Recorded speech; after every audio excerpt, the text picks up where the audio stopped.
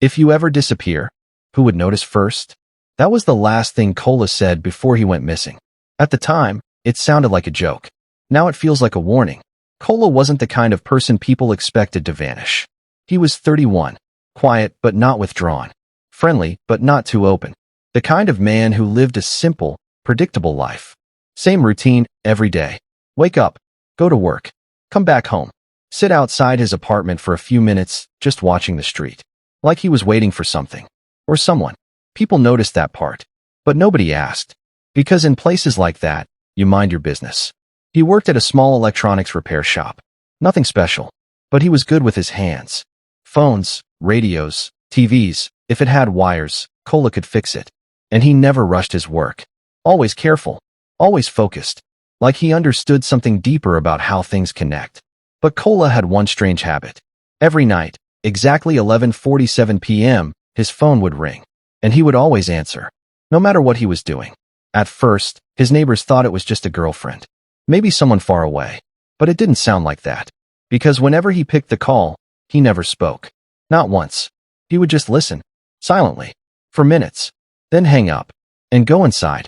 One night, his neighbor Musa got curious. Too curious. He moved closer to Kola's door just to hear something. Anything.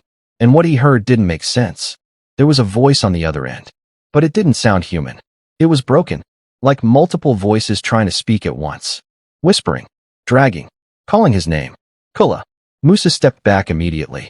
Heart pounding. He never told anyone what he heard. Not even Kola. Because deep down, he knew some things are better left alone. Then one day, Kola didn't come to work. That alone was strange. Because Kola never missed work. Not once. By evening, people started asking questions. His phone was off. His door was locked from the outside. That was the first problem. Because if he left, why lock the door from outside? The landlord broke the door open the next morning. Everything inside looked normal. Too normal. Bed arranged. Clothes folded. No signs of struggle. But there was one thing that didn't sit right. Kola's phone was on the table. And it was ringing. 11:47 a.m. The same time he always received calls. The landlord hesitated. Nobody wanted to touch it. But curiosity won. He picked it up slowly. Put it to his ear. Silence. Then a voice. Where is he? The landlord froze. What? He whispered. The voice repeated.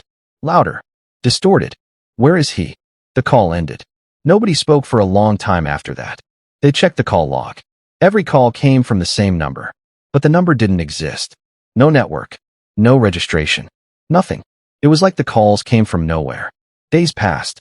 No sign of Kola. No body. No clue. Until Musa couldn't take it anymore. He went back to Kola's apartment. Alone. He sat there in silence. Waiting. 11:47 p.m. The phone rang. This time, he answered. At first, nothing.